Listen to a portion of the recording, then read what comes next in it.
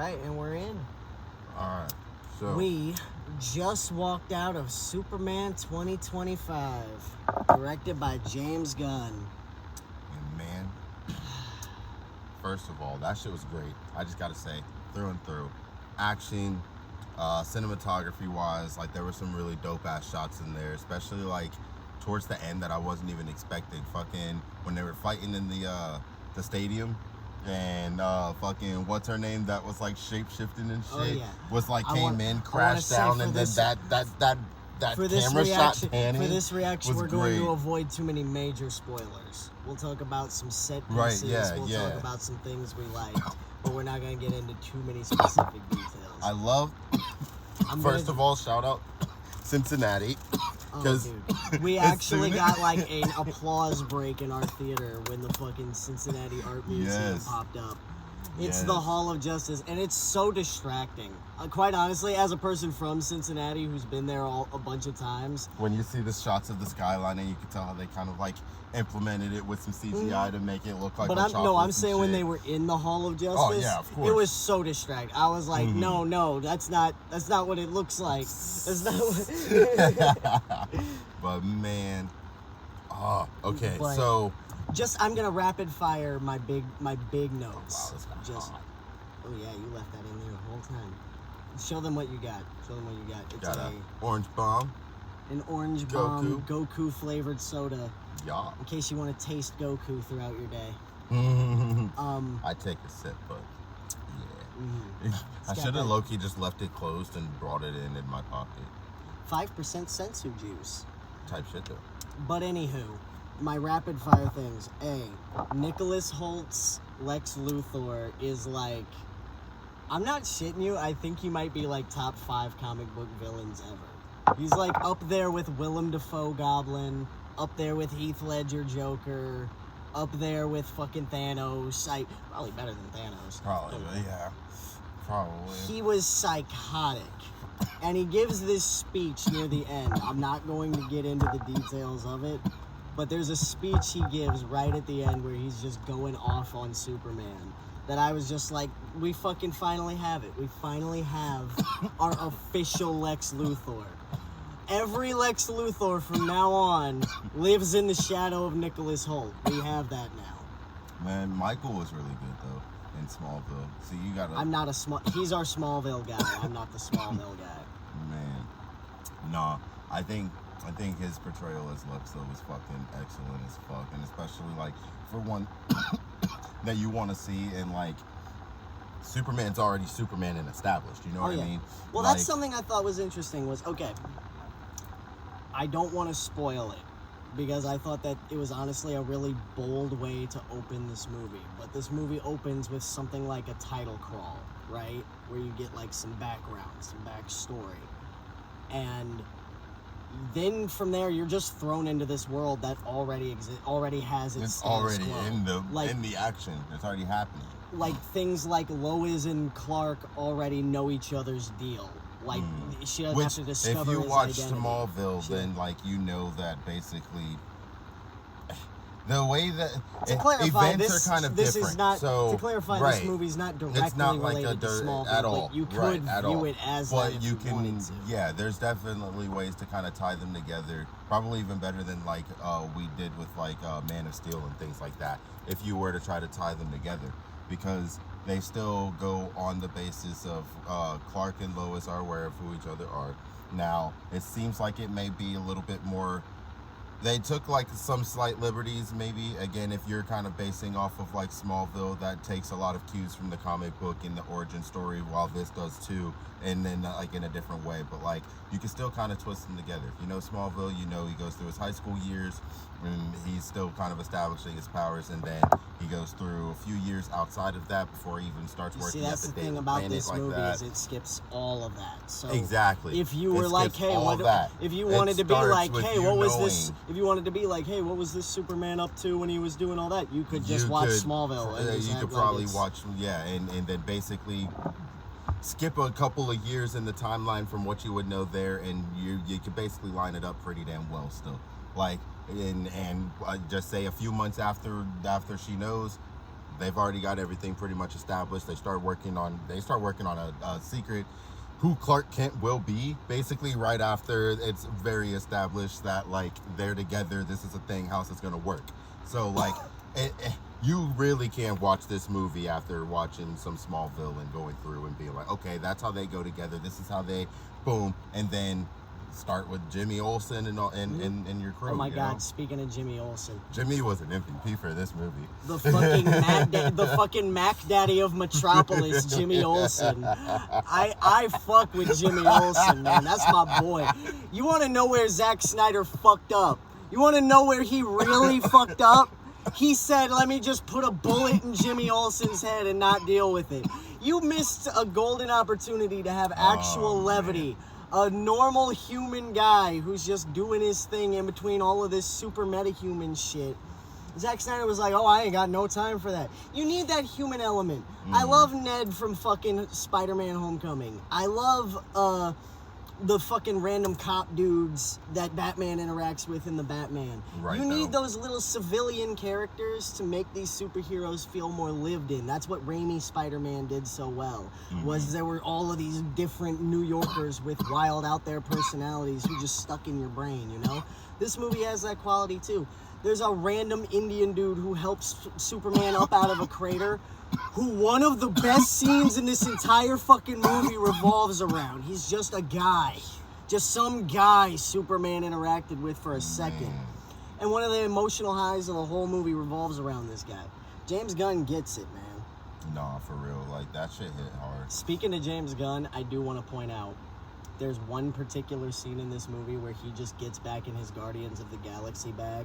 Like, this movie feels very tonally distinct from something like Guardians. Like, I feel like people don't give James Gunn credit. They think everything that he does has that same sort of Guardians tone, but Guardians is extremely, like, crass and tongue-in-cheek and shit, you know? It's never taking itself that seriously. This movie takes itself very seriously, and that's why when you get to this one scene with Mr. Terrific, where he goes into the military camp and he throws up that bubble, and then a song starts playing and all of his robots just start flying around fucking everybody up.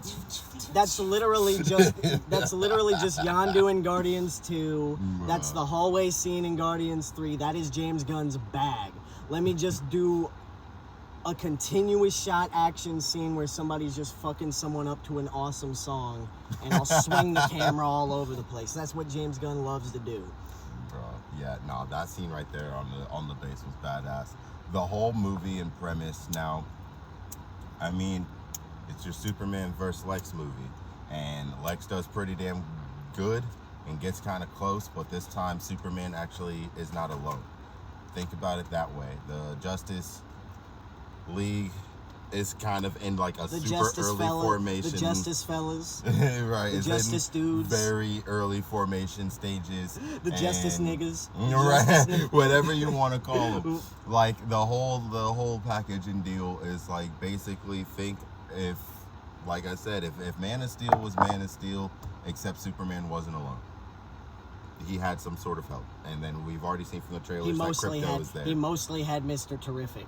No, Mr. Terrific was that dude. That guy. So, think about it like that. Is what I would say. Fucking Green Lantern was dope. They take little nods too. Like I seen that guy drinking milk a few times in the movie, and I feel like that reminded me of Justice League, where like you would see Green Lantern be at the bar and sometimes literally sipping fucking milk. Like that it threw me back to shit like that. You see, so, that's the thing, is that he just what James Gunn chose to do, and I admire the fucking balls it takes, is he skipped all of the origin shit. He's like, you are just dropped into a middle of an episode of Justice League Unlimited. That's what this movie is. Literally. It's like, all of these people have already had their origin stories. We're skipping all of it. He found a magic ring. He landed in Kansas. You fucking get it. Right. Like. But I do wonder, because, like, we only see 3 other heroes. We see Green Lantern, Hawk Girl, and Mr. Terrific, and Metamorpho. Right. Now. So we don't know where the Flash is. We don't know where Wonder Woman is. There's no Batman shit in this movie. So just get that out of your head. Right. So there are other characters that they can pull from and give us the origins of if they want to. Oh. But we already have a whole Flash TV series if you want that. So I'd assume Flash is out here I think they could make somewhere. like a Justice League universe that still ties into it. Like, it could still possibly tie in. Again, they're at like a super early formation stage where Superman isn't even a part of them. They ain't even got a name yet. No, like we were joking. You think we were joking? No, literally, Like, Guy Gardner. don't really Guy have a Gardner name and yet. his two buddies are the Justice Gang, and they hang out in the Hall of Justice, which is the Still Cincinnati it's Art literally Museum. under construction. There's like paint on the walls and shit, and like they clearly just got there. Like, it's all new, all being formulated. And none of so the it's like Batman's not in the group, Wonder Woman's not in the group. They're clearly not the Justice League. right. But like, It still feels like it's a working set in motion. I mean, now if I remember correctly, anyway, Batman's definitely going to be the very last one that's joining, and that Wonder Woman was pretty much damn near like one of the last. You know, so like, one I thing. think. Go ahead. After watching the movie, I've been a big guy who's like, oh, you need to make Robert Pattinson the Batman for this universe. I don't know if it works. I don't know if it'll fit. And Because plus, he doesn't have to. He could be Lex Luthor's that dudes, guy that's like Lex not Luthor's fully dudes literally found a baby kaiju and just set it loose in the fucking I park, swear to God, and it grew into a Godzilla in that's like a 6 tiny hours. distraction. It'll Like, get if you bigger. can do shit like that, why are people in Gotham still like selling drugs and doing prostitution and shit like that? Like, I don't know. I feel like crime would be evolved. Right though, yeah. It's gonna be tough. It's gonna be tough because whoever they cast as Batman for this James Gunn verse, no matter how good they do, people are gonna be like, "Oh, sure wish this was Robert Pattinson." You know what I mean? I still feel like I wish that Robert Pattinson was Terry McGinnis, but that's just me. He would be a good Terry. Wouldn't he? We're never getting Terry though. We're never getting Terry, and we're never getting Static. We are getting Teen Titans. We need a Terry McGinnis, goddammit. Somebody. You see, there's no. They would if they were to do that, it would have to be like an Elseworld movie. It wouldn't be related to the DCU, like because it's so far off from everything else. My thing with the Teen Titans thing is okay. So here's what we were supposed. Here's what the alleged plans are with like the Gunverse going forward. Okay, the next movie is Supergirl, which you're gonna get some. You're gonna get a little peek of how that peek might at. play over. I like that they dropped a little bit of like Red Sun lore and shit like that, and her coming back. There's supposed to be a Clayface movie about the Batman villain Clayface. Okay. And then there's supposed to be Batman the Brave and the Bold, which is about a Batman who is like well into his career, has already had multiple Robins. The plot of the movie is supposed to be when he meets Damian Wayne, when he meets his son with Talia al Ghul. Yeah. So that's And definitely he has a to jump. train his son to not be a crazy assassin bastard. And apparently, like, Dick Grayson's already Nightwing and is already with the Teen So Titans. we should already have.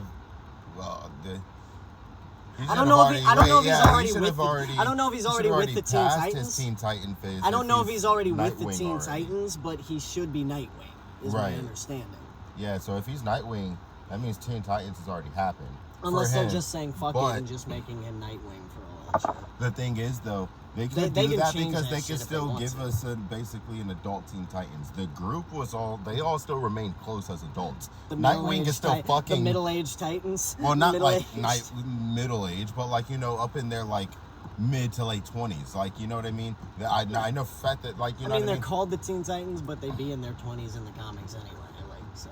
Basically, but like by the time that Robin grows out of being Robin and becomes Nightwing, and they're like full-fledged adults, like he's still fucking Starfire. Like, you know what I mean? Cyborg and Beast Boy are still pretty tight. Raven will still fucking, you know what I mean? Like, they'll all still team up and Do Raven kick and ass B-Boy if they need to. do Raven and Beast Boy canonically smash, or is that just like a Teen Titans? Or is that like a shipping thing? I feel like they end up kind of coming together. It's don't they? definitely hinted at in the show. I gotta watch But, the one fucking movie again and see if it. Because they really put Robin in that movie, it's still Robin. I rode so they hard put Robin for and Tara and Beast Starfire Boy right when I in was your a kid. face so much that it's like you don't even Well, think the about fucking it. the But, like, movie's all about that. The fucking Trouble in Tokyo. not that one. I'm talking about the one with them being adults, like the fucking innuendos. Oh and yeah, shit. I ain't never seen that. That one's really good, but I don't recall like a focus being like you see, showing if you're going to a Raven adapt and Beast Boy thing. if you're going to adapt Teen Titans into a movie, there's so much you can draw from just within the show. You know what I mean? Like the whole Terra arc, you could stretch that out over the course of a trilogy.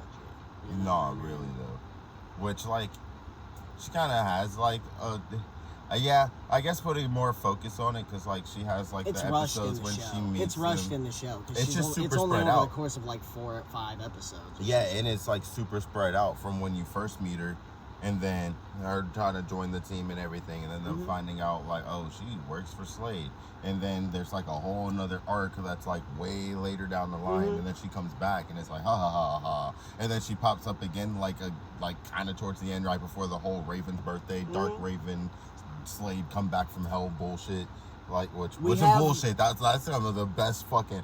God, that shit in Teen Titans goes so hard. Do you see where we're at with this now?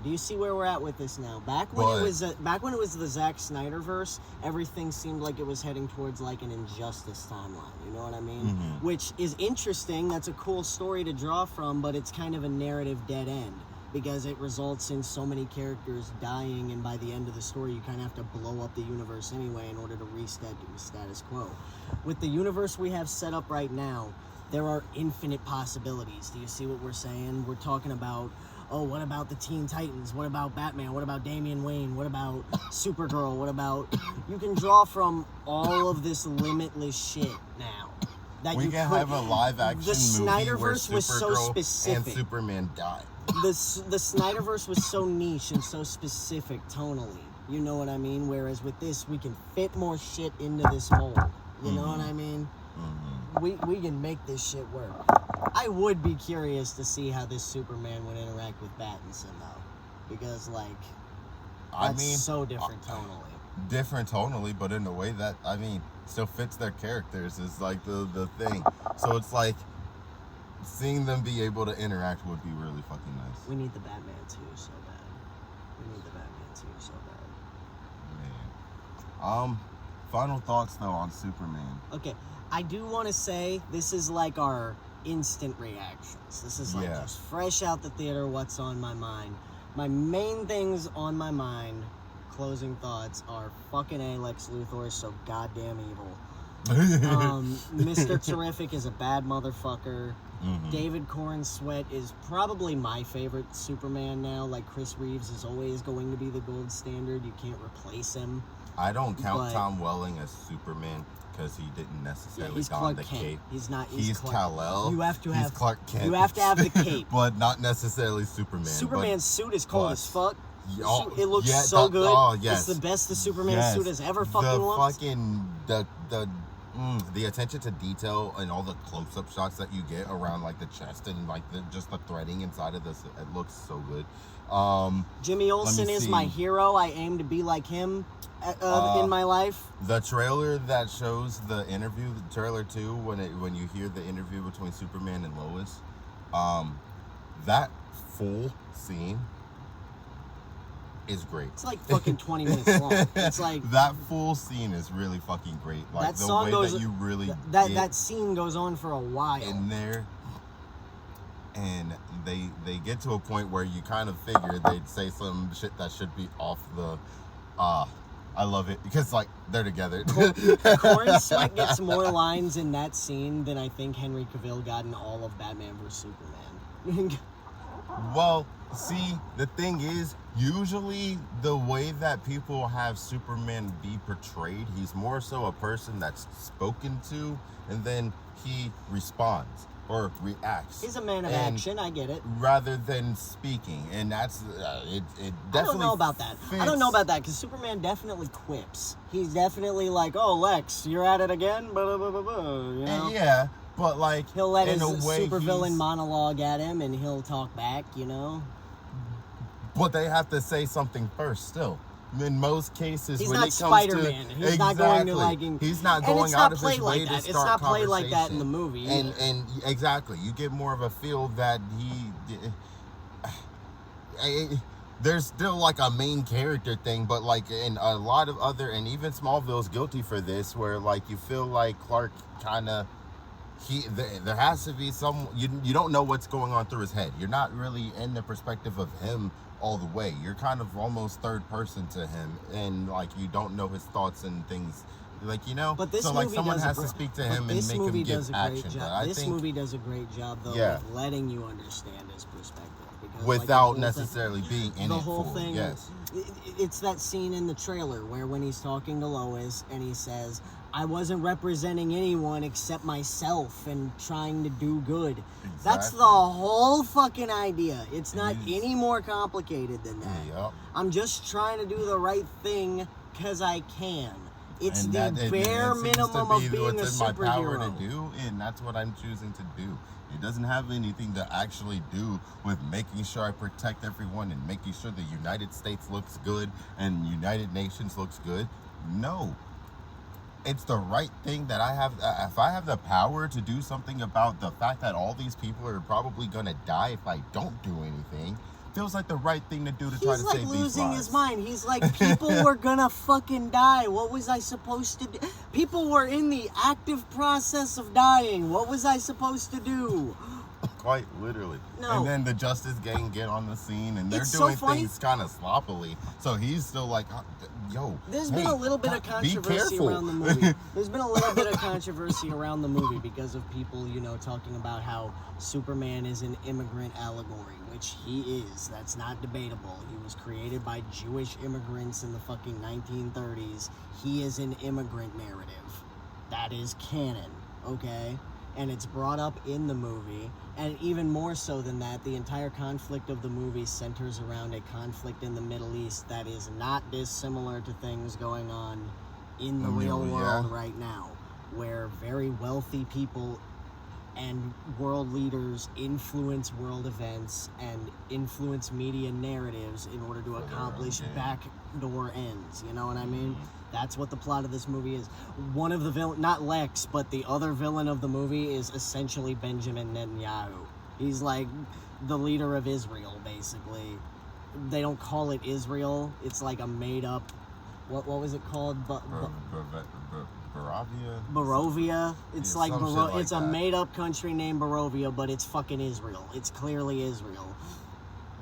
And I feel like it's very interesting that this movie so radically and so on the nose illustrates like a parallel to what's going on in real life like that. Because it's not real. It's hard to interpret it as anything else when you're watching it. You know what I mean? This isn't me in a way, inserting my politics into it. It's very overt. You know what I mean? Yeah.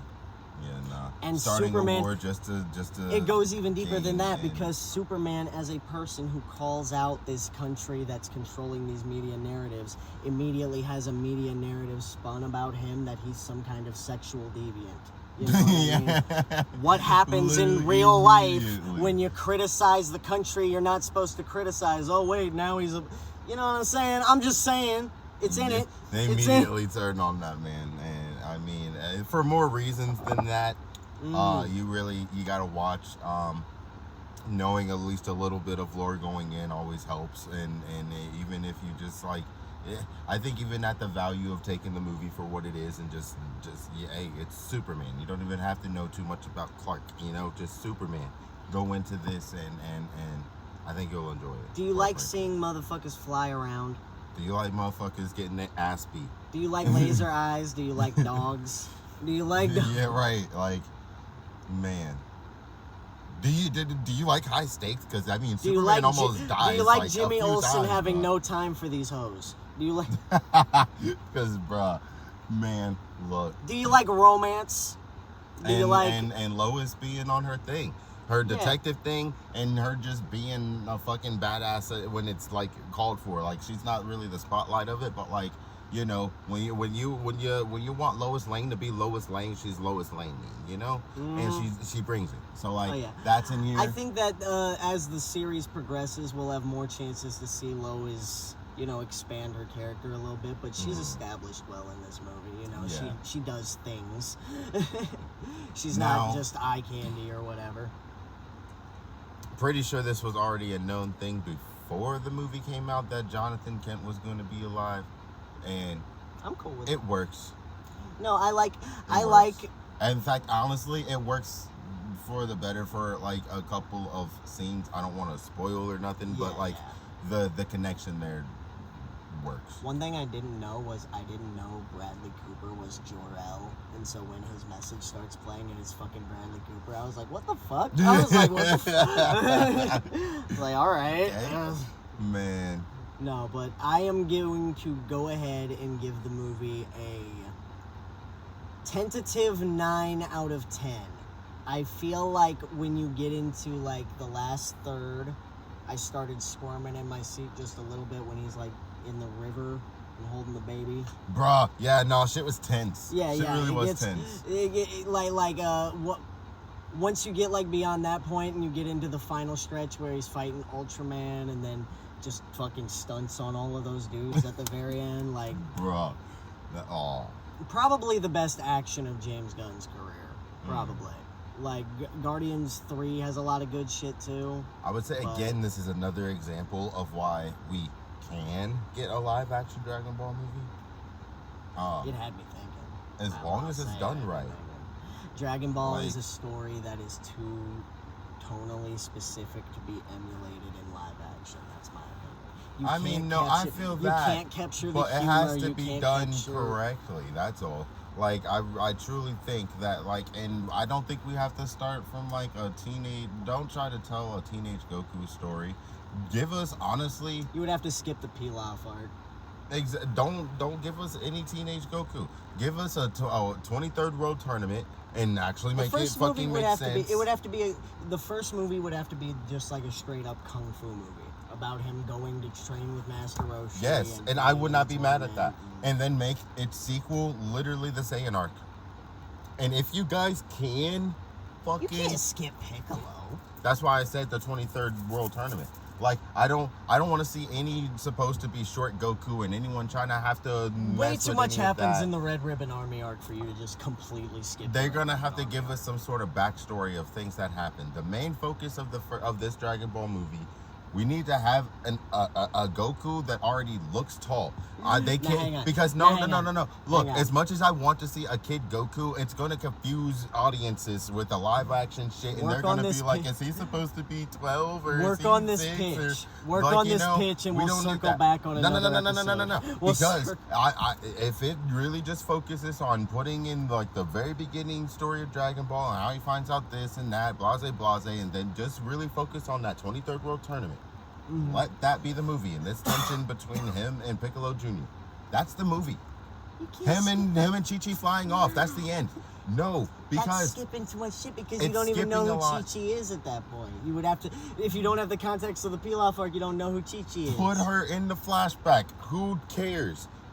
Look, what do you mean, who cares? No, because they need to... the movie needs to be focused enough to where it can just end there. Because we need the second movie to literally just be the Saiyan Saga. But that's part because of my you can point. still do it. That's part of my point. Dude, is the we can be of Dragon lucky Ball is that and make it a trilogy.